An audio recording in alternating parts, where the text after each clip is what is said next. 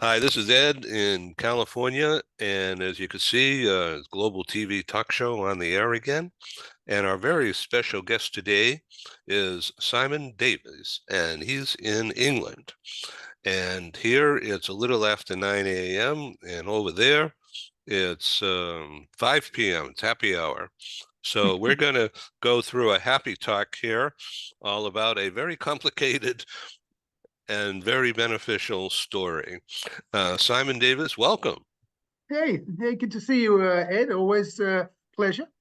So we were Um, together, the audience, we were together in on my London meeting, which occurred this past April 23, and it was hosted for the third time by the Global Trade Bank, HSBC, inside their headquarters on Canary Wharf, financial district of London, or one of them. And I've heard back from HSBC. They've asked me to come back and do it again, number 4. And that one is going to happen October 1st, live with a virtual component. So, Simon Davis, you are representing at a very top level a company that I've known for a long time through past relationships, ITX, based in Geneva, and mhm. fabulous company, extremely well respected in boardrooms, across borders, across cultures, across time and space. And you've just come back from a couple of tours, one in Dubai and one in Singapore. So Yeah, tell us about ITX, and if you can, very briefly about Dubai and about Singapore. sure. Thanks for that glowing introduction, Ed. Yeah, ITX. I've been in the industry. I remember seeing you up there on the stage at various different events many years ago. We both looked a bit different, probably little bit less grey. I know Um, I have a bright light on my head. My hair isn't that white yet. Yeah, we can try and stop that process, but yeah. So I've been in supporting international mobility, global mobility across different areas on the sort of vendor side for 25 years. Actually, started in Hmm. Singapore many years ago. So had a fantastic career and met some wonderful people on that journey, and now work with as you quite rightly say, with the Swiss company out of Geneva, beautiful city of Geneva. Have you been down there, Ed? Yes, I have produced a few meetings there. Mm. We were at the Kempinski Hotel, I believe, Oh, one time, and very another nice. time we were in some other place, which was Hmm. really expensive, but nicely done. Yeah, that's Switzerland. It sure is. Yeah, we have our head office down there, and yeah, it's been a really interesting journey for me to learn about the global employment company setup and management, execution, rollout, implementation, and advice. So we specialize in that topic, the GEC or GEC as it's called in some parts of Europe, or GEC as it's better known. Been around for many years, the GEC, actually, Ed. Principally, I suppose, in those earlier years with the oil and gas and energy companies, where this was an ideal fit for them in terms of how they manage and look after and where they contract their international hires from, instead of having a sort of a more traditional way of doing things, which we could get into as we discuss as we go through the discussion. But really looking at the simplification of how these employees are managed around the world, and that's the GEC approach. It's an entirely separate corporate entity to the PLC that one works for. Yeah. Okay, so you're just throwing around these letters. So let's go Hmm. back and make sure that our Sure. audience is tuned in before we go forward. Sure. So the GEC, Hmm. GEC, stands for Global Employment Company, and Great. this is 100% compliant, no risk. No, not at all. Right. It's the client's a subsidiary of their own business. It's an entirely different tax-paying corporate entity that they set up and they own. Has a board of directors. It files its own accounts. It's a completely separate company, but owned by the main PLC. Yeah. So The main. the talent that is Mhm. transferred by the company into the GEC, Yeah. I mean, they don't lose anything; they gain, right? Well, I think it's when we talk about global employment company, it's actually not simple to make generalizations or to make sweeping claims, because Good. actually they don't work for all organizations. It's something that we do a lot of due diligence in those early stages. My role is partly talking to organizations about pre-feasibility, about just socializing the idea of looking at a different way of relocating your employees through this methodology. And will it work for you? Now, what are the demographics of your organization, the culture, the drivers, and the objectives that you have, be they financial or compliance? It could be anything at all, or growth. And if the GEC approach for that client to set up a global employment company to host all of its international hires works out to be the right thing to do for those reasons, then that's when we progress with the feasibility and then roll out. Then we get to the bit whether they manage it themselves or they outsource that. So it's not easy to generalize when we talk about this topic. It's not a product as such or a service in the same way as perhaps DSP or some of those other fantastic supporting companies across the industry. So we're going to get into a deep dive on this as we go through this in the next 15, 20 minutes, Sure. and you're going to show some slides, which will be wonderful to look at. I've seen the preview. Okay. But let's just start from the top here, because there's some confusion out there about Sure. the difference. What's EOR, and how's it different? Well, there are a number of confusing factors around this topic, and you've probably picked the one that comes up the most, Ed. The POE or EOR, and is an employee of record. I've actually got a very simplistic slide that I'll bring to your viewers as we just go through this presentation, and I'm very happy to take that on an individual basis with anybody to go into more detail. It is a big misconception around this. There's a lot of confusion out there around around the main differences.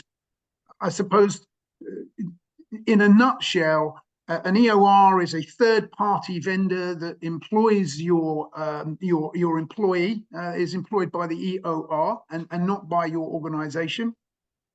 And whereas a global employment company is a separate entity that you own that employs your employee. So that's the main difference. One is owned by your company, the other is a third-party vendor relationship.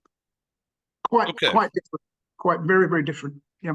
Okay, so now we're going to talk about, for the next few minutes, we're going to be talking about the way some corporates are adopting a back to basics evaluation, back to basics. Mm-hmm. Take away the confusion, take away the mystery, pull back the curtains, back to basics. An evaluation of the way they deploy, I'm reading this, an evaluation of the way they deploy their international talent around the world and across borders. Simon, what can you tell us about the reasons behind this consolidation? Let me flick open, in the interest of time, Ed.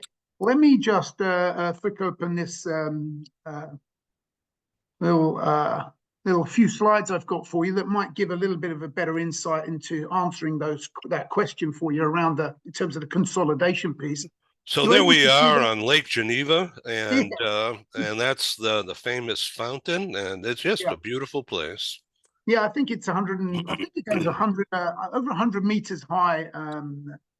Yeah, as I say, I just like that's a really great image. I didn't take it myself, but it's there for all to see when you head down there. So certainly worth doing if you're in Europe. Just to let me just move on. Since what happened, Ed, there's been a kind of, I think companies have, there was a sort of a shock that went across the world and across global mobility. This isn't, when people come on, commentators come on and give their opinions, these are, kind of our observations, but also mixed with some of the research I've done with corporate organizations that have shared data with me as well, which I'll share with your viewers as we go through. But there's a sense of a consolidation period where people are reflecting. When we had so many displaced workers, when the pandemic hit, and there was, everybody hit the panic button around what to do with people who are, non-compliant, living in the wrong country. Their visas were running out. We needed to get them home. There was a lot of confusion, and very often, I think a lot of companies didn't have the correct procedures in place in which to deal with that. So I think there's been a real period of trying to fix that and put it right. We've also progressed in terms of technology. There's a lot of, I was just down there in Dubai earlier in the year, you mentioned, and there was so that was a talent conference we were speaking at. There's a lot of talk about AI, or equally in Singapore at the World HR Congress a couple of weeks ago. I think the agenda was pretty much dominated by the same topic. And we really try and focus with what we do on what's happening now, and what's happening as a result of what organizations have been doing and how to take them into this next phase. So that's kind of where we sit in this process right now. Well, I love the colors. I love the image of the flare up and the energy and the vibrancy and the confusion. Well, I think it, it was pretty turmoil, wasn't it? And I think to a degree it still is. We often feels that there's I always call it this kind of spaghetti. There's so much going on in the world of global mobility that it's very hard to get a very clear image of the direction of travel that your organization's going on, and the culture in which it adopts, and how it's adapting to change. So I think there are often these light bulb moments, but there seems to be it's hugely difficult in many companies to actually execute some of the plans, because there are so many different things to do all the time. And we've got a few of them named down there. Obviously, the emergence of the importance around ESG and the DE&I directives, as well as constant changes to border control with visa and immigration, of course, and the introduction of the next generation of international talent coming through, which is going to be another big step change for us, as well as what we've seen with remote working and work from anywhere philosophy that some companies try and adopt. Well, let's go deeper, and Sure. so the show is yours here. Okay, well, kind of I mentioned that there's this sort of confusion, this ball of confusion, or if you like, this spaghetti. And often when we have a conversation, we're invited into an organization, corporate company, and the first thing we do is, try and get a bit of a 30,000-foot view of the landscape that they are operating in terms of their mobility process. And quite frankly, most of the time, it looks like the image on the far left with all the squiggles. They can't seem to find out where the clarity is and have that, as I say, that's kind of that light bulb moment. And we go in, and what we try to do is make sense of what our solutions look like, and whether or not we can, in fact, integrate those or introduce those to that organization in order to make things more simple as we progress, by introducing a different methodology around employing their international hires. One of the things, Ed, that I did in the last couple of years was I went out to my network of huge network. In fact, thanks to everybody, if you're watching, if you participated in supporting me in some of the things I did in the last 2 or 3 years in terms of gathering data. And I asked companies, what's on the roadmap for you in terms of the next 5 years? Throw me back some answers. And once I shook that down, Ed, and whittled it down in no particular order, companies were looking for simplification. I think they recognized that there was quite a lot of bureaucracy and red tape often that could be, there has to be a workaround, perhaps using technology or other. And that human resources, my target audience, the need to become more strategic. And I think something that COVID and the pandemic threw up was this need to be able to think more strategic, be more partner, more integrated in the business. So closer contact and communication across the various sectors within a corporate organization in terms of integration.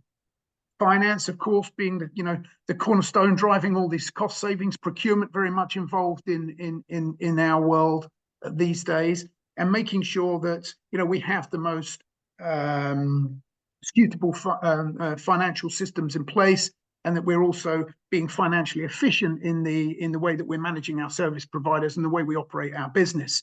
And of course, underpinning everything, we mentioned AI previously, and underpinning everything, of course, is your technology platform or those that you integrate or interface with as well, and how important that is, because that can be, a dramatic black hole for dollars, thousands of dollars to just disappear into if one isn't careful. So that actually came up as an acronym which spelt SHIFT, which kind of dawned on me one day when I looked at it. And that's SHIFT. Yeah, that's right. Okay. Thank goodness for finance, right? So, and really that's what we've gone through. We've gone through this shift from where we were into this brave new world, and we all have to make the decisions. So now, once we start to get back out in front of each other again, we're getting the opportunity to learn from others about best practice and so on. So that was kind of an interesting study around what we saw out there from the market. I don't know if you've got any comments on that from your own discussions, Ed. No, not yet. I'm here to learn. But it's going to explode because of all this good info and beautiful displays. Yeah, well, like I said, I think I try and keep my slides to visual and not so wordy, particularly in something a quick examination like this. And we look at global mobility being pulled in all directions, and I think they've inherited recently lots of business, the business travelers now being put through into global mobility, the introduction and the pace of change around the mobility piece in terms of the remote working and the changing in the dynamics and demographics of the people that they're moving across the various organizations across all industry sectors. And it's not surprising that there's that they get pulled in all directions and need help. And that's kind of where we introduced the GEC, and why companies come and talk to us. Typically, they'll operate. Most companies will be familiar with a kind of a home host approach, where you are billing your international office. All of your offices are wholly owned and paying corporate tax in the various countries around the world, and you're sending people to and from those locations, and you're creating hundreds and hundreds, if not thousands and thousands of permutations. And that means there's layer on layer of reporting, rebilling, recharging. There's a whole multitude of challenges that it takes to operate and to support an operation like that. What the global mobility, what we do for global mobility in terms of the setting up a GEC for them is really essentially to drive efficiency around taking these permutations away and operating a GEC from the heart in terms of a ripple effect. So you've just got one central location. Typically, globally, the most popular place to set up your GEC is Switzerland, for a number of reasons. Again, I'm very happy to take that offline. But we do obviously see companies that have GEC set up in the USA, in the Netherlands. It's quite popular.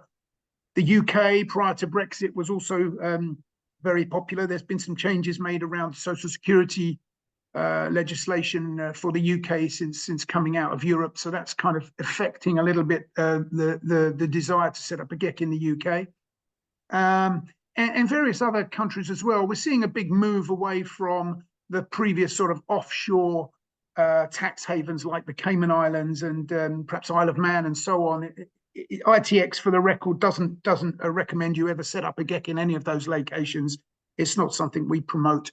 But these are traditionally where these were, and so we go in and we have a look. But effectively, what a GEC does is negates a lot of the challenges and the risks that you have through a home host methodology, and simplifies it by having a centrally owned, wholly owned, separate entity that you employ all of your international hires from. So before we move on, can Sure. we go back to that slide one more time? So just for education purposes of me. So I understand that's India up top and US on the right, on my right, and then down below, is that New Zealand? Oh, Australia, Singapore, Australia. and Germany, yeah. Yeah. Okay. Great. Thank you very much. Okay, we can go forward. Yeah, just they're just picked at random. You know, it could be any Yeah. company in the world. It's just it's an example of the fact, you know, some companies have, you know, 45 tax offices around the world. Big corporate organizations, you know, have huge amounts of wholly owned tax-paying entities around the world, and creates a lot of permutations. Okay. Great. All right. Those So companies this. that, yeah, those companies that look to set up GECs by industry. Yeah, it goes across all industries. I mentioned oil and gas. I mentioned engineering and construction. Typically, they take up the biggest sector, but we're seeing it in much wider pharma industries, automotive. We see all industries have GECs. It's not for any one type of company. Equally, I think one of the myths is that you don't need thousands of employees to put into a GEC. We have some GECs with as little as between 15 and 20 people in, and they're set up for a multitude of different reasons. Could be simply for security reasons. It could be because of trying to negate the permanent establishment risk. Would be another good reason why people look to set up a GEC. For cost efficiency, it could be another way of doing it. Streamlining process. There are a whole host of reasons why companies look at a GEC.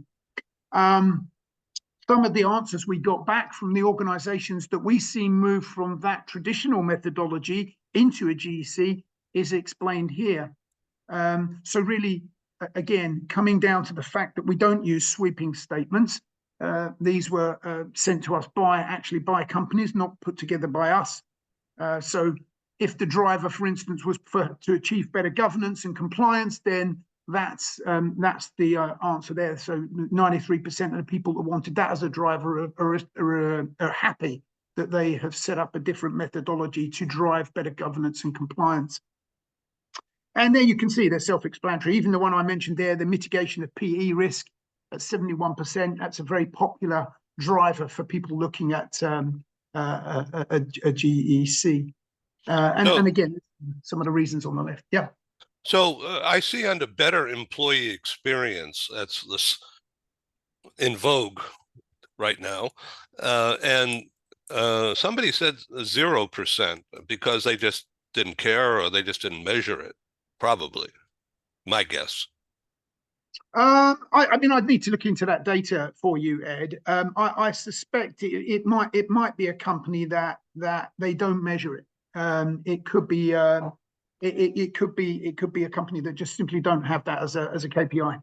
Okay, let's move on. That's great. Yep. Very informative. Um,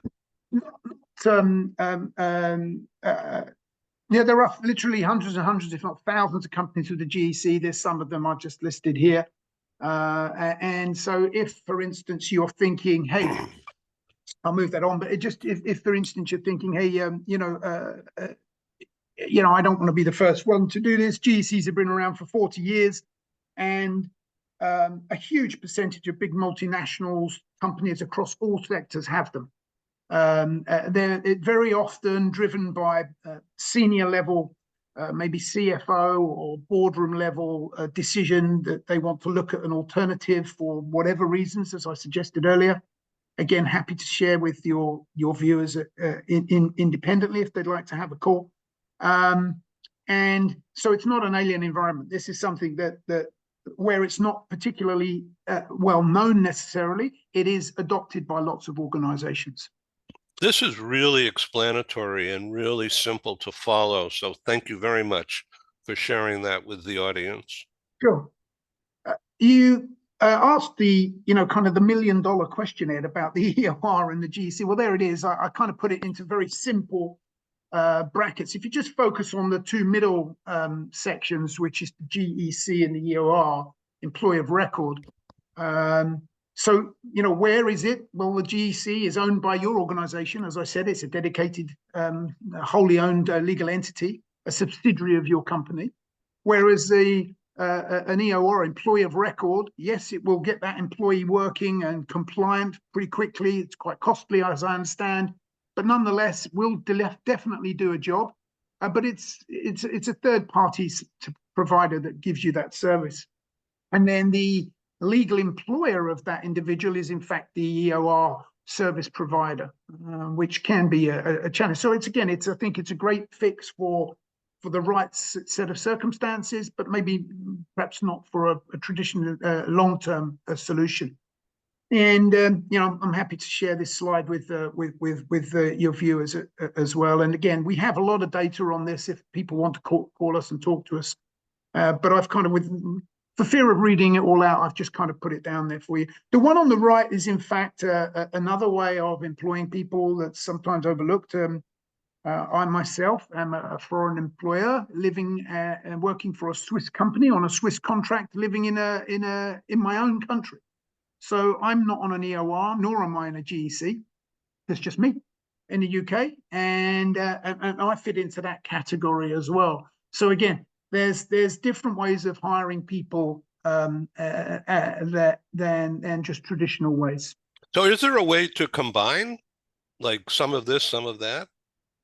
Yeah, I mean there is, depending of course, the EORs are here to stay. They're a necessity.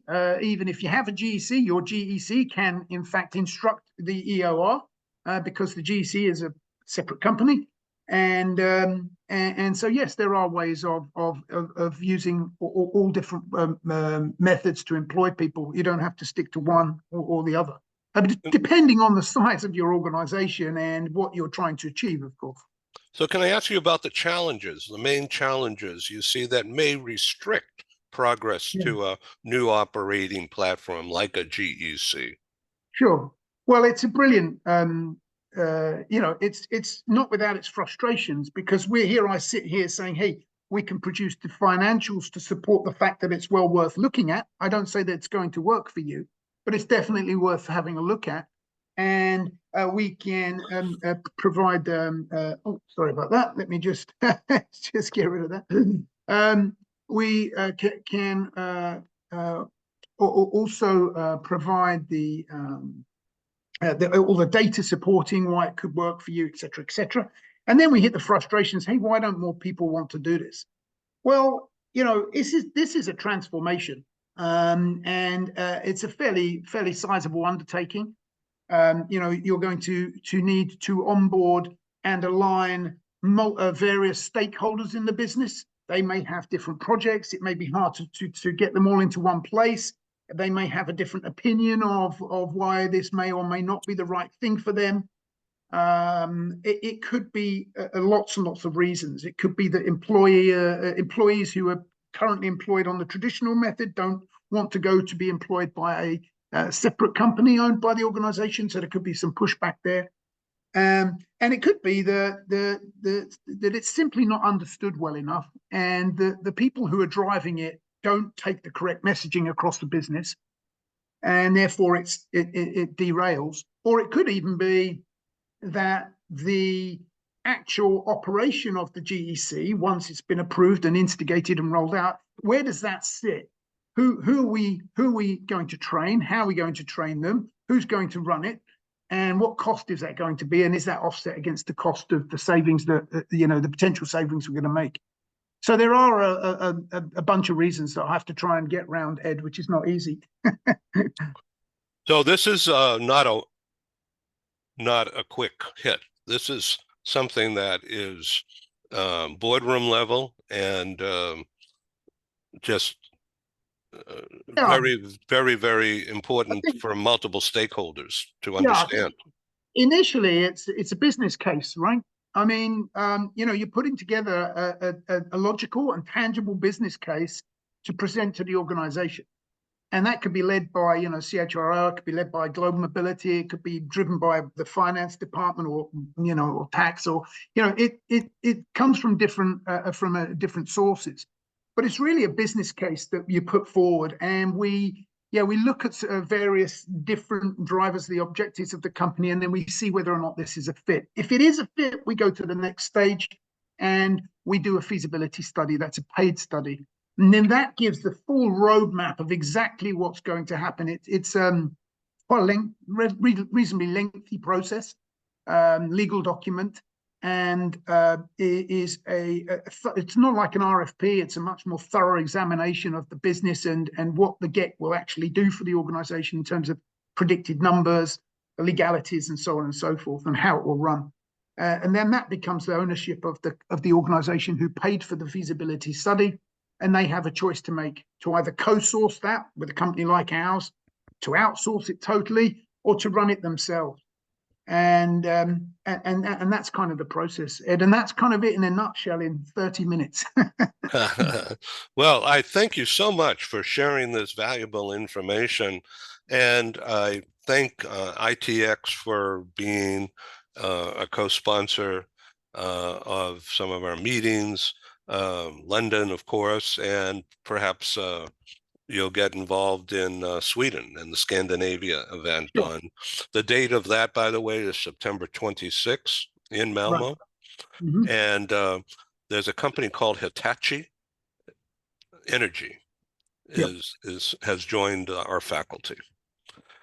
So it's up from there. We have also several introductions pending for me from my deep resource in Malmo corporate, and I'll keep you informed.